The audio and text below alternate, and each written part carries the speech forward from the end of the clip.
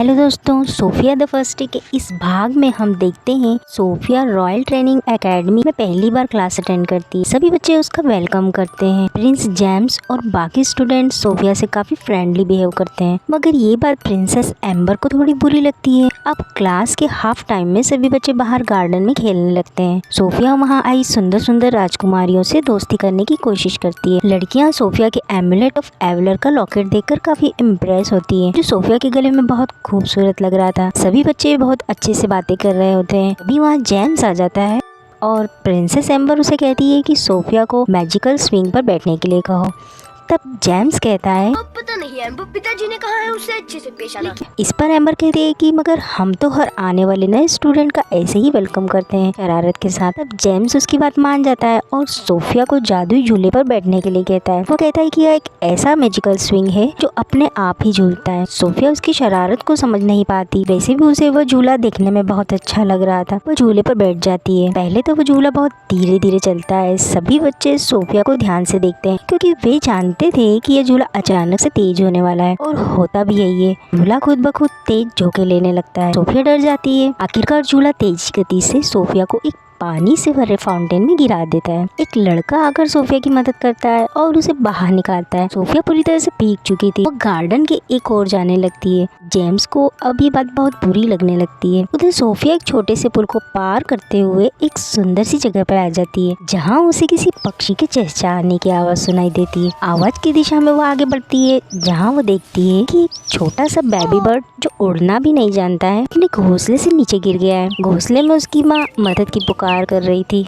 Sophia को उस पर दया आ जाती है। वह उस बेबी बर्ड को उठाकर उसकी माँ के पास रख देती है। तभी उसका लॉकेट एक अजीब सी चमक से चमकने लगता है। सोफिया उसे देखकर चौंकती है, मगर तभी उसे ध्यान आता है कि क्लास शुरू होने वाली है। वह उस पंछी को बाय करके जाने लगती है। तब वह पंछी उसे धन्यवाद कहता है। सोफिया को अजीब लगता है, मगर वो अपनी क्लासरूम की तरफ बढ़ने लगती है। अब स्कूल की छुट्टी होने पर तीनों बच्चे महल लौटने लगते हैं। सोफिया कुछ बात नहीं करती और थोड़ी नाराजगी जाहिर करती है। महल पहुँचने पर वो बिना कुछ बोले अंदर चली जाती है, जहाँ उसे जादूगर सेड्रिक मिल जाता है। वह पूछता है कि राजकुमारी सोफिया, तुम्हारा पहला दिन कैसा रहा? सोफिया थोड़ी उदास होती है। वो कहती है कि पहला दिन काफी मुश्किल रहा। सेड्रिक उसे कहता है, ऐसा रहेगा अगर तुम मेरे साथ मेरा तहखाना देखने चलो। मेरा मतलब जादुई कमरा।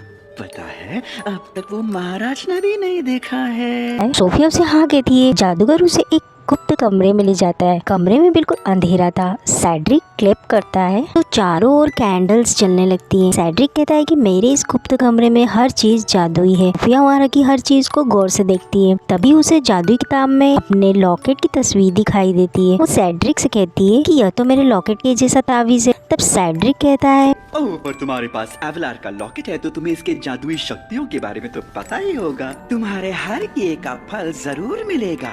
अच्छे का फल मीठा और बुरे का फल कड़वा। सेड्रिक आगे कहता है कि इसकी सच्चाई का पता तो सिर्फ मेरे जैसा जादूगर ही लगा सकता है। अब सेड्रिक सोफिया से उसका लॉकेट उतार कर देने को कहता है। वो कहता है कि मैं इसे तुरंत ही लौटा दूंगा, मगर सोफिया कहती है कि मैंने पिताजी को प्रॉमिस किया है कि मैं इसे कभी नहीं निकालूंगी, और सोफिया वो लॉकेट सेड्रिक को नहीं देती है। इसके बाद वो कमरे से बाहर जाने लगती है। वो हमें अगली सुबह का सीन दिखाया जाता है। सोफिया के एनिमल फ्रेंड्स उसे जगाने की कोशिश करते हैं। सोफिया चौंक जाती है यह देखकर कि क्लोवर द रैबिट, रॉबिन और मिया बर्ड्स और तो और वह स्क्वेरल जिसका नाम वाटनॉट है उससे बातें कर रहे हैं। क्लोवर पूछता है, कैसे सुन सकती हो? क्या ये कोई जादू है? सोफिया को जादूगर की बताई बात याद आती है। तुम्हारे हर किए का फल जरूर मिलेगा। अच्छे का फल मीठा और बुरे का फल कड़वा। क्लोवर कहता है कि यह तो बहुत बढ़िया बात है, मैं तुमसे कुछ जानना चाहता हूँ। कोई बात नहीं क्लोवर, बताओ। रुको, मुझे अधिकारी देने की जरूरत है। मुझे नीचे रखो। गलती हो गई। तुम इतनी प्यारी हो कि मैं खुद को रोक ही नहीं सकी। इसके बाद सोफिया गुरुकुल जाने के लिए तैयार हो जाती है और वो अपने साथी एनिमल्स के साथ नाश्ता करती है। कुछ देर के बाद सभी बच्चे रॉयल ट्रेनिंग एकेडमी पहुंच जाते हैं। वहां उनके लेसन शुरू हो चुके होते हैं। सोफिया पूरी लगन के साथ शाही समारोह के तौर तरीके सीखती है। वहाँ के बच्चे काफी हद तक सोफिया को पसंद करने लगे थे, बस राजकुमारी एम्बर को छोड़कर। शाम को महल में पहुँचने पर वे देखते हैं कि समारोह की तैयारियां जोरों शोरों से चल रही है। तभी सोफिया की माँ उससे पूछती है कि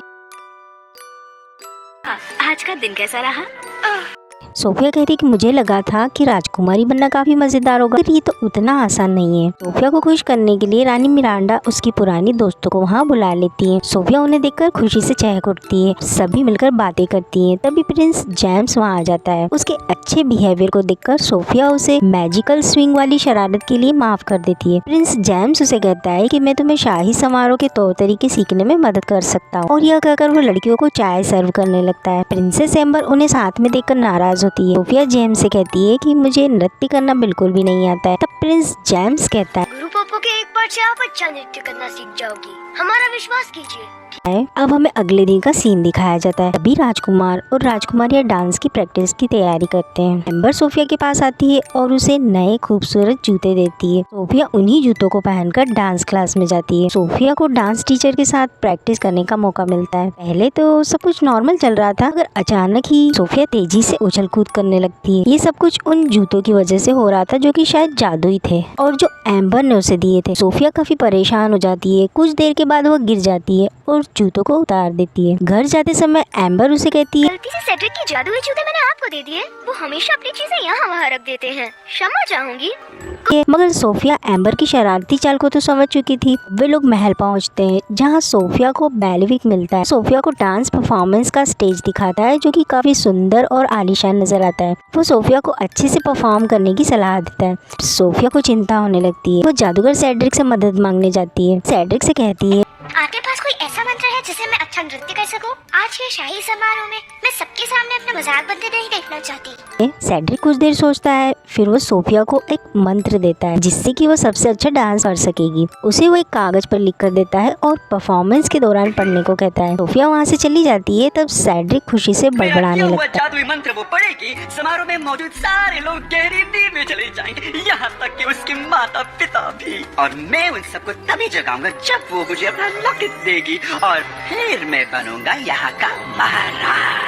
अब शाम होने लगी थी, यानी कि शाही समारोह की शुरुआत का समय। राजकुमारी एम्बर अपने रूम में तैयार हो रही थी। वहाँ जेम्स आ जाता है। वो एम्बर से पूछता है कि सिस्टर ने सोफिया को जादुई जूते जानबूझकर दिए थे ना। दोनों में बहस छिड़ जाती है। एम्बर को जेम्स का ऐसा कहना बुरा लगता है। वो तेजी से उसकी तरफ बढ़ने लगती है। तभी अचानक उसकी ड्रेस एक तरफ से फट जाती है। वो मैट को आवाजें देती है, मगर कोई भी उसकी बात नहीं सुनता, क्योंकि वे लोग सोफिया को तैयार कर रही थी। कितनी अच्छी दिख रही हो। हाँ, बिल्कुल सही कहा। इस राज्य की सबसे सुंदर। और उनकी बातें सुनकर एम्बर अपसेट हो जाती है। समारोह शुरू हो जाता है। सभी लोग सोफिया का डांस देखने के लिए उत्सुक थे। सोफिया खूबसूरत ड्रेस पहने और हाथ में वही मंत्र लिए राज दरबार में आ जाती है। हर तरफ सुंदर म्यूजिक बज रहा था। किंग रोलैंड डांस के लिए सोफिया की तरफ हाथ बढ़ाते हैं,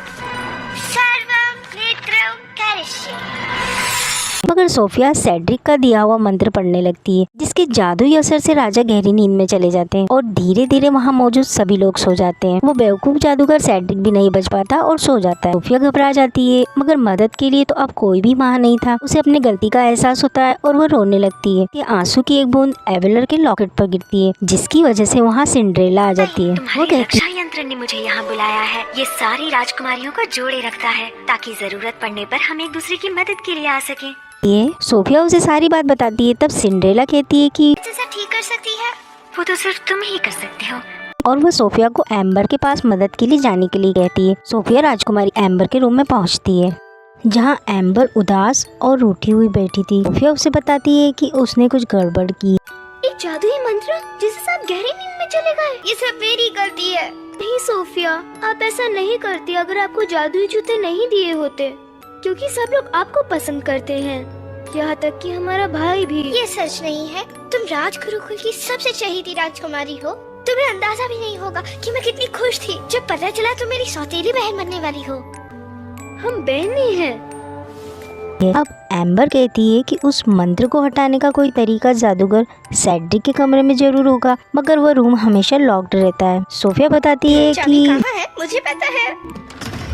दोनों सेड्रिक के रूम में एंटर करती हैं, जहां सेड्रिक का पालतू कौवा उन पर हमला कर देता है। एम्बर कहती है कि ये कौवा हमें जादुई किताब तक नहीं पहुंचने देगा। सोफिया कहती है कि हमें किसी की हेल्प लेनी चाहिए। तब एम्बर कहती है, मदद कौन करेगा? सभी तो सो रहे हैं। इसके बाद सोफिया अपने एनिमल फ्रेंड्स को बुला लेती है। रॉबिन एंड मिया बर्ड्स उस कौवे को डोरी से बांध देते हैं। सभी लोग मिलकर उस शैतान कौवे को पिंजरे में कैद कर देते हैं। रैबिट क्लोवर बोलता है, पंछियों और मेरे साथियों, एम्बर ने जिंदगी में पहली बार झाड़ू को हाथ लगाया है और उसने असली कचरा साफ कर दिया। एम्बर और सोफिया को जादुई किताब में उस मंत्र का तोड़ नहीं मिलता है। खरगोश क्लोवर पिंजरे में बंद उस कौवे को चिढ़ाते हुए कहता है कि क्यों जादुई कौवे, आखिर एक खरगोश ने तुम्हें मात दे ही दी, शर्मिंदा हो क्या? कौवा कहता है कि तुम्हें ऐसा लगता होगा, मगर जीत असल में मेरी ही है। ओवर द रैबिट कहता है कि ऐसा कैसे? देख नहीं रहे वे राजकुमारियों के पास जादुई किताब है, वे मंत्र को खत्म कर देंगी। तब वो बेवकूफ जादुई कौवा कहता है कि तुम्हें लगता होगा, मगर असली किताब तो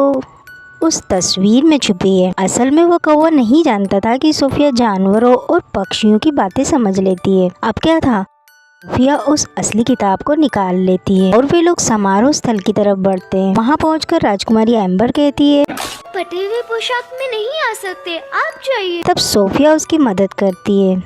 एम्बर अपनी ड्रेस को पहले की तरह ठीक देखकर खुश होती है। सोफिया बताती है कि उसे डर है कि वो अच्छे से डांस नहीं कर पाएगी। एम्बर उसे डांस के कुछ स्टेप्स सिखाती है। 1 2 3 1 2 3 1 2 3। कुछ देर में वो दोनों समारोह स्थल पर पहुंच जाती है। सर्वम जागरणम करिष्ये। वहाँ असली मंत्र पढ़ते ही सब कुछ ठीक हो जाता है। अब किंग रोलैंड और सोफिया साथ में डांस करते हैं। किंग रोलैंड सोफिया के सुंदर डांस की तारीफ करते हैं। तब वो कहती है कि इसे सीखने में उसकी मदद प्रिंसेस एम्बर ने की है। अब रानी मिरांडा और जेम्स भी डांस करने लगते हैं। मेरा एक सवाल है, सब आपको रोलैंड द्वितीय क्यों बुलाते हैं? क्योंकि हमारे पिताजी जो हमसे पहले राजा थे उनका नाम भी रोलन ही था। तो मुझे लगता है मेरा नाम होना चाहिए सोफिया प्रथम। शायद आप सही कह रही हैं। सारे लोग मिलकर नृत्य करते हैं और फंक्शन को एंजॉय करते हैं। पूरा परिवार एक साथ खुशी से रहता है। तो फ्रेंड्स, डिज्नी प्रिंसेस सोफिया की ये स्टोरी आपको जरूर पसंद आई होगी। ऐसी ही और स्टोरीज के लिए चैनल को जरूर सब्सक्राइब कीजिए। वीडियो अगर पसंद आई हो तो शेयर और लाइक करना ना भूलें। Thank you.